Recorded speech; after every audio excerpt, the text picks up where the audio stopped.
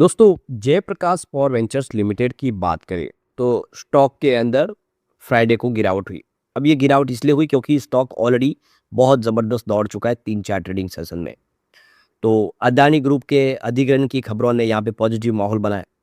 JP associate अब Adani group का हिस्सा बनने जा रही है और इसी वजह से प्रमोटर जेपी एसोसिएट है, तो जयप्रकाश पावर वेंचर्स लिमिटेड भी अब अदानी ग्रुप के बैनर तले आने वाली है। इसने पूरा एक माहौल बदल दिया। इसके बीच में हमारे पावर मिनिस्ट्री की तरफ से एक बड़ा बयान निकल कर आया है। उन्होंने जो कहा है उसके मायने क्या उसको समझेंगे और जेपी पावर के लिए आगे की क्या संभावना बन रही है। ये सबसे बड़ी बात यही है कि पावर कंजम्पशन लगातार बढ़ रहा है और जेपी पावर पावर सेक्टर एक प्रॉफिट मेकिंग कंपनी है। तो क्या आने वाले समय जेपी पावर जो इस समय काफ़ी कम प्राइस पे अपनी बुक वैल्यू से भी नीचे है, क्या आने वाले समय बेहतर करेगा? समझेंगे इस वीडियो के माध्यम से। लेकिन फ्रेंड्स, उससे पहले अगर आप पहली बार हमारे चैनल पे आए तो चैनल को सब्सक्राइब कर दीजिए, एक बेल आइकॉन दबा दीजिए ताकि जब भी नया वीडियो बने पहला नोटिफिकेशन आपको मिले। वीडियो पसंद आए लाइक से जरूर कीजिए।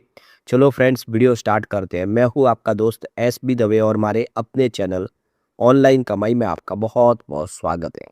तो सबसे पहले जयप्रकाश पावर वेंचर्स लिमिटेड के कारोबार की बात करें तो 16.36 पर क्लोजिंग थी और यहाँ पे 2.33% की गिरावट हुई।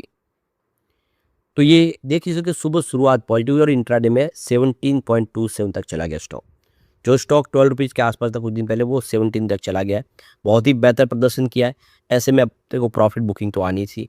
तो कितना भी शानदार खबर हो, सब कुछ हो, लेकिन शॉर्ट टर्म में प्रॉफिट बुकिंग आती है और यहाँ पे तो बहुत ज़्यादा निवेश करते हैं लोग। वॉल्यूम टॉपर था पिछले 2-3 दिनों में। ऐसे में यहाँ पे कुछ बड़े फंड हाउस ने अपनी प्रॉफिट बुकिंग कर ली है। तो ये आप क्लियरली देख सकते हो कि 16 मार्च को ये स्टॉक आप देख कि 13.49 के आसपास था।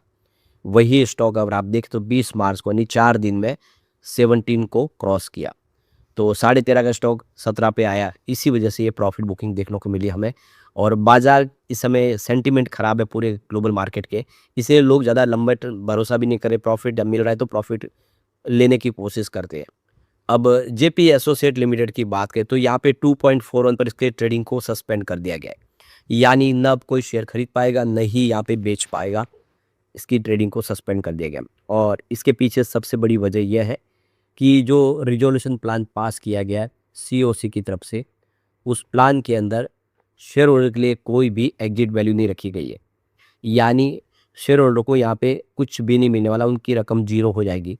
तो यहाँ पे 400 करोड़ रुपए के आसपास की जो शेयर होल्डर की रकम थी वो सारी जीरो हो रही है, क्योंकि इस रिजोल्यूशन प्लान के तहत रकम बहुत कम मिल रही है।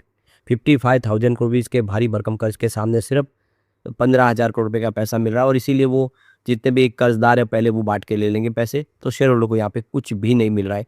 तो ऑलरेडी देखें तो जयप्रकाश एसोसिएट में जिसने भी निवेश किया हो तो वो पहले ही लॉस में आ गया है। स्टॉक जो 20-22 के आसपास ट्रेड करता वो 2 पे आ गया था और अब तो ये 2 रुपया भी नहीं मिलने वाला है। लेकिन जिसका निवेश जेपी एसोसिएट में है, जेपी पावर में है, उसको फ़ायदा ज़रूर होगा क्योंकि अब जेपी पावर अदानी ग्रुप का हिस्सा बनेगी। तो अब यहाँ पे जो बड़ी अपडेट निकल के आ रही है, जेपी एसोसिएट की तरफ से जो एक्सचेंज को जानकारी दी है, उनका कहना है कि एनसीएलटी की तरफ से जो 17 मार्च 2026 को जो प्रस्ताव था उसको पास कर लिया गया है, अप्रूवल दे दिया गया है अदानी ग्रुप के अधिग्रहण को लेकर। तो ये देख सकते हो कि अब इसकी जो डिटेल जानकारी आ गई है। तो ये देख सकते हो कि कॉर्पोरेट डिफ़ॉल्ट कर गई थी कंपनी और ऐसे में इसका जो अधिग्रहण का जो प्रोसेस था वो कंप्लीट हो गया है। जो रिज़ॉल्यूशन प्लान है उसको अब सक्सेसफुली आगे बढ़ाया जाएगा क्योंकि एनसीएलटी की अप्रूवल मिल चुकी है। और 18 मार्च 2026 को देखो हॉनरेबल एनसीएलटी की तरफ से देख सकते हो कि ये इसकी जानकारी देख सकते हो कि अपलोड कर दी गई है ऑफिशियल वेबसाइट पे। तो अब वो सारा का सारा डिटेल आ चुका है। एनसीएलटी ने मंजूरी दे दी है। अब ये कंपनी जो है वो अदानी ग्रुप का हिस्सा बनने जा रही है।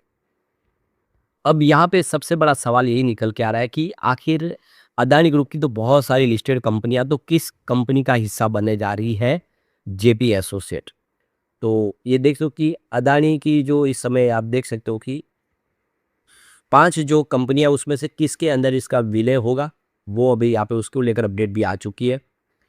तो ये देख सकते हो कि रेगुलेटरी फाइलिंग के मुताबिक रिजोल्यूशन प्लान को सिर्फ अदानी इंटरप्राइजेज तक सीमित नहीं रखा गया है। यानी पहले अदानी इंटरप्राइजेस ने ही बोली लगाई थी, वही यहाँ पे बोली दादा था। लेकिन अब जैसे कि एनसीएलटी ने अप्रूवल दे दिया है, तो अदानी ग्रुप ने पहले ही क्लियर कर दिया है कि हमारी जो अलग-अलग कंपनियाँ उसके हिसाब से हम इस एसेट का अधिग्रहण करेंगे।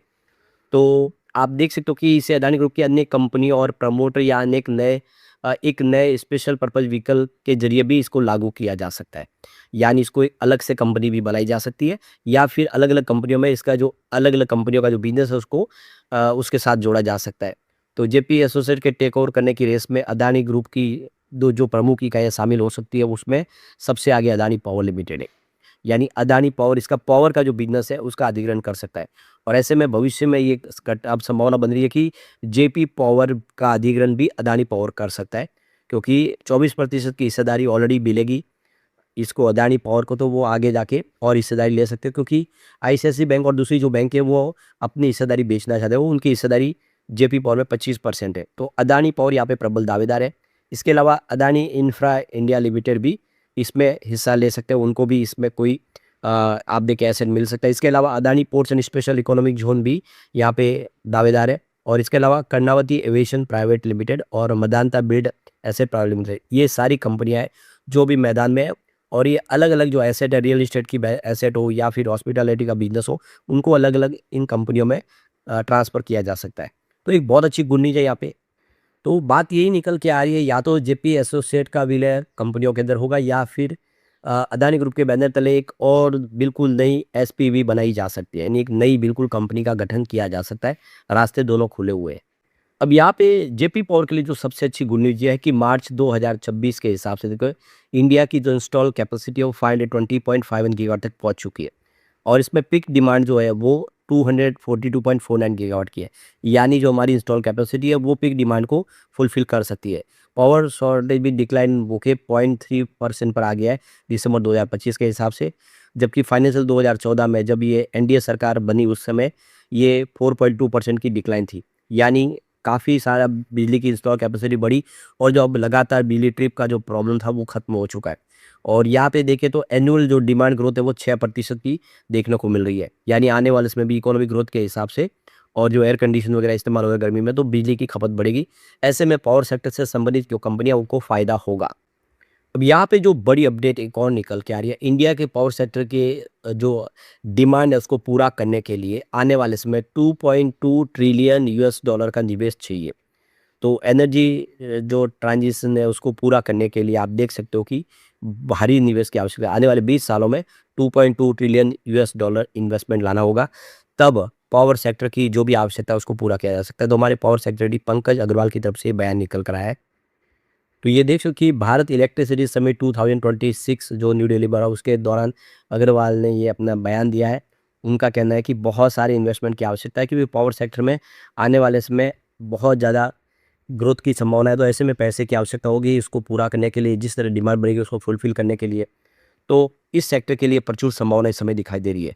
लेकिन फ्रेंड्स, कोई भी इन्वेस्टमेंट करने से पहले अपने फाइनेंशियल एडवाइजर से एडवाइस ले ले या अपना खुद का रिसर्च करें, क्योंकि मैंने वीडियो आपके एजुकेशनल पर्पज़ के लिए ही बनाया। वीडियो पसंद आए तो लाइक से जरूर कीजिए और चैनल को सब्सक्राइब कर दीजिए। Thank you friends.